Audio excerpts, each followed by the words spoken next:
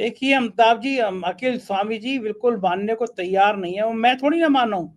मैंने तो देश की सबसे बड़ी पार्टी के राष्ट्रीय अध्यक्ष का बयान सुनवा दिया। मंदिर के जो बनने जा रहा है उसके सर्वे सर्वा का बयान सुनवा दिया कि वो भगवान विष्णु का अवतार हैं। आज कितना अच्छा काम किया उन्होंने कि वहां पे एयरपोर्ट का नाम बदल के महर्षि वाल्मीकि रख दिया। अमिताभ जी, मैंने कुछ दिन पहले पूछा था कि मंदिर का नाम रख दो, स्टेशन का नाम रख दो। आज के सवाल से जोड़ता हुआ सवाल पूछता हूँ, मंदिर का पुजारी दलित या पिछड़ा क्यों नहीं हो सकता था? देश का सबसे बड़ा मंदिर बनने जा रहा है राम मंदिर। भगवान राम के नाम पे आपने सत्ता हासिल करी है, कई बार की है, कई राज्यों में की है। राम मंदिर का मुख्य पुजारी पंडित क्यों? कौन सा एंटीना ऐसे आता है? संजय निषाद जी का मैंने इंटरव्यू किया 5-6 दिन पहले। योगी सरकार में मंत्री हैं। एक बार साहब ने बयान दे दिया था कि रामचंद्र जी दशरथ के पुत्र ही नहीं है। अमित शाह जी ने, मोदी जी ने क्लास लगाई होगी। अब उसके बाद मुझसे पूछ रहे, मैंने उनसे सवाल किया कि आप पिछड़ों की राजनीति करते हैं, पिछड़ों के नेता हैं, तो यही सवाल मैंने उनसे किया। मैंने कहा कितना बढ़िया मैसेज जाएगा देश भर में।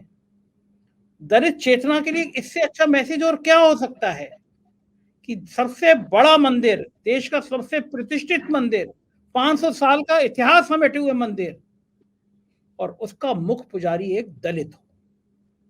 देश के सामाजिक वातावरण में इससे मजबूत करने वाली बात क्या हो सकती है? संजय निषाद जी जो पिछड़ों के नेता है वो कह रहे हैं कि नहीं नहीं, पंडितों की जीन अच्छी होती है, उनके जो जीन्स आ रही है ऊपर से वो अच्छी होती है। मैंने कहा क्या क्या पिछड़ों में, दलित में जीन अलग से आती है? ये कौन सा समाज बना रहे हैं अमिताभ जी? और पहला सवाल कि क्या सरकारों का काम मंदिर बनाना होता है? दूसरा सवाल, पंडितों की जीन के ऊपर पिछड़ों के नेता बोल रहे हैं। क्या मोदी जी को भी लगता है कि दलित पुजारी अच्छा नहीं हो सकता? आपका क्या मानना है? बहुत धन्यवाद संजय जी। आपने जो सवाल पूछा, दोनों सवाल जाहिर है एकदम वाजिब सवाल हैं, और आज की हमारी जो इस समय की राजनीति है, देश में जो भी चल रहा है, उसमें दोनों सवाल बहुत मौजू हैं। अभी तक हमारे जितने भी वक्ताओं ने जो बातें कही हैं, वे सारी बातें अपनी जगह, आपके तमाम जो भी आपका सवाल है उसके जितने भी पहलू हैं, उन सबको बहुत अच्छी तरह छूती हैं। आपने जब ये दलित पुजारी वाली बात कही, निस्संदेह ये एक बहुत बड़ा, एक बहुत अच्छा कदम हो सकता था, और ये मतलब अगर चुनावी राजनीति के लिहाज से भी देखा जाए तो ये शायद एक बहुत ऐसा क्रांतिकारी कदम होता है, या जिसको हम लोग मास्टर स्ट्रोक कहते हैं आजकल की भाषा में, तो ये मास्टर स्ट्रोक हो सकता था। लेकिन आप जब ये बात कह रहे थे तो मुझे अदम गुंडवी की एक गजल का एक शेर याद आ रहा था। उन्होंने गजल कही थी इसी तरह के मसले पर कि वेद में जिनका हवाला हाशिए पर भी नहीं, वेद में जिनका हवाला हाशिए पर भी नहीं, वे अभागे आस्था विश्वास लेकर क्या करें। लोक रंजन हो जहां शंभुक वध की आड़ में, उस व्यवस्था का घृणित इतिहास लेकर क्या करें।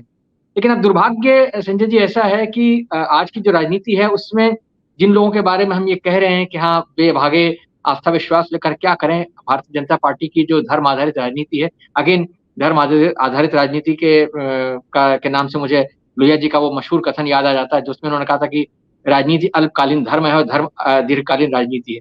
तो ये जो दीर्घकालीन राजनीति का सिलसिला भारतीय जनता पार्टी ने जिस जिस तरीके से, जिस खूंखार अंदाज में शुरू किया अपनी राम जन्मभूमि यात्रा से, और जिसका कल्मिनेशन हम देख रहे हैं अब आज की तारीख में राम मंदिर के उद्घाटन की जो पूरी राजनीति है, और जहां जिस तरीके से एक तरह से पूरा जय श्री राम का जो उद्घोष गूंज रहा है और जिस खूंखार तरीके से गूंज रहा है, यानी हम लोग अवध का रहने वाला हूं मैं, आप भी लखनऊ में बैठे हैं, और वहां हमने बचपन से बचपन से जय श्री राम देखा है, सुना है।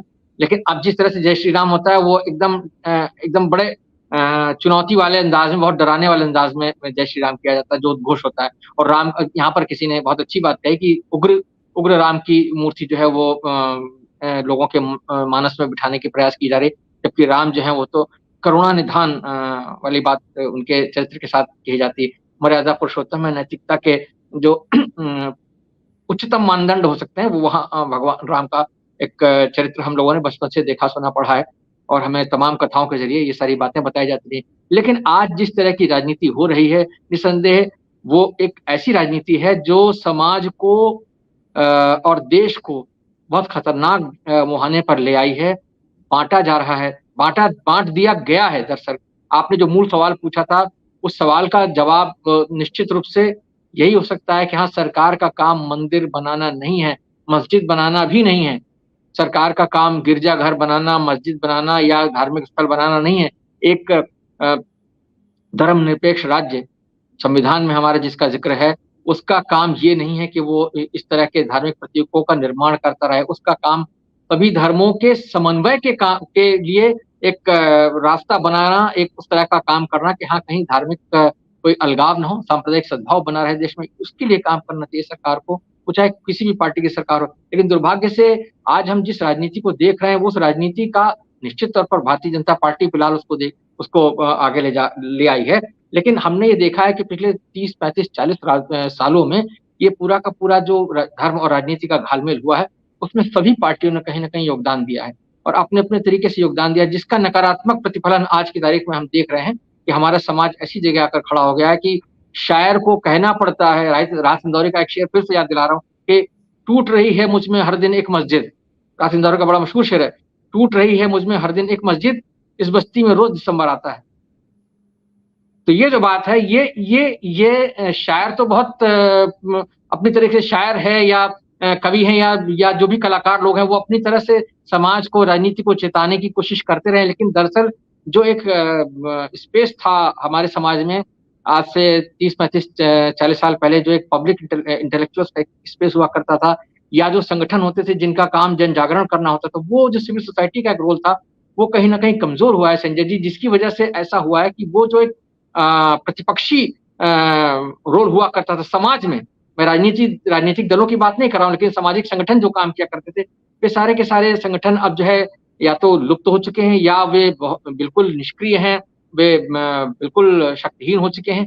तो इसलिए वो जो एक आवाज़ हुआ करती थी, जो पत्रकारों की, विचारकों की, बुद्धिजीवियों की, लेखकों की, कलाकारों की, फ़िल्म कलाकारों की, अभिनेताओं की, पेंटर्स की, तमाम सारे तरह के लोगों की, वो आवाज़ें अब लुप्त हैं जो समाज को इन खतरों के प्रति चेतावनी देती थी कि आप धर्म की सांप्रदायिकता की राजनीति के चक्कर में मत फँसिए। आज की तारीख में यहाँ सभी लोगों ने वो बात कही, बिल्कुल सही बात है कि आप जब 80-81 करोड़ जनता को 5 किलो अनाज के एक लालच में अपने वोट का बंधुआ बना चुके हैं, तो ऐसे में कोई भी वोटर धर्म के आधार पर, मंदिर के आधार पर, मस्जिद के आधार पर आपकी जो भी राजनीति है उसके दुष्चक्र से निकलना उसके लिए बहुत मुश्किल है, जब तक कि उसके प्रतिपक्ष में आवाज़ बुलंद न की जाए।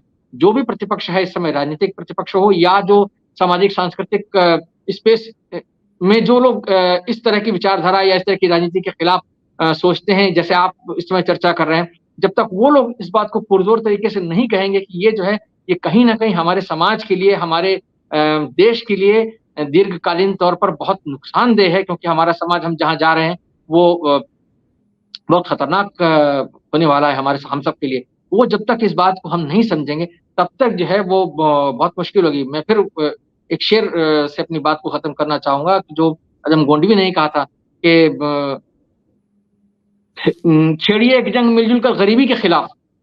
जो हम यहाँ गरीबी की बात कर रहे हैं, अपने सबने बात की है, छेड़िए एक जंग मिलजुल कर गरीबी के खिलाफ, दोस्त मेरे मज़हबी नगमात को मत छेड़िए। लेकिन दुर्भाग्य से यहाँ की राजनीति जो है मज़हबी तार वही झंझनाए चली जा रही है इतने सालों से, और वो जो है उसी ताल पर जो है देश का मतदाता भी जो है नाचने को मजबूर है। संजय जी।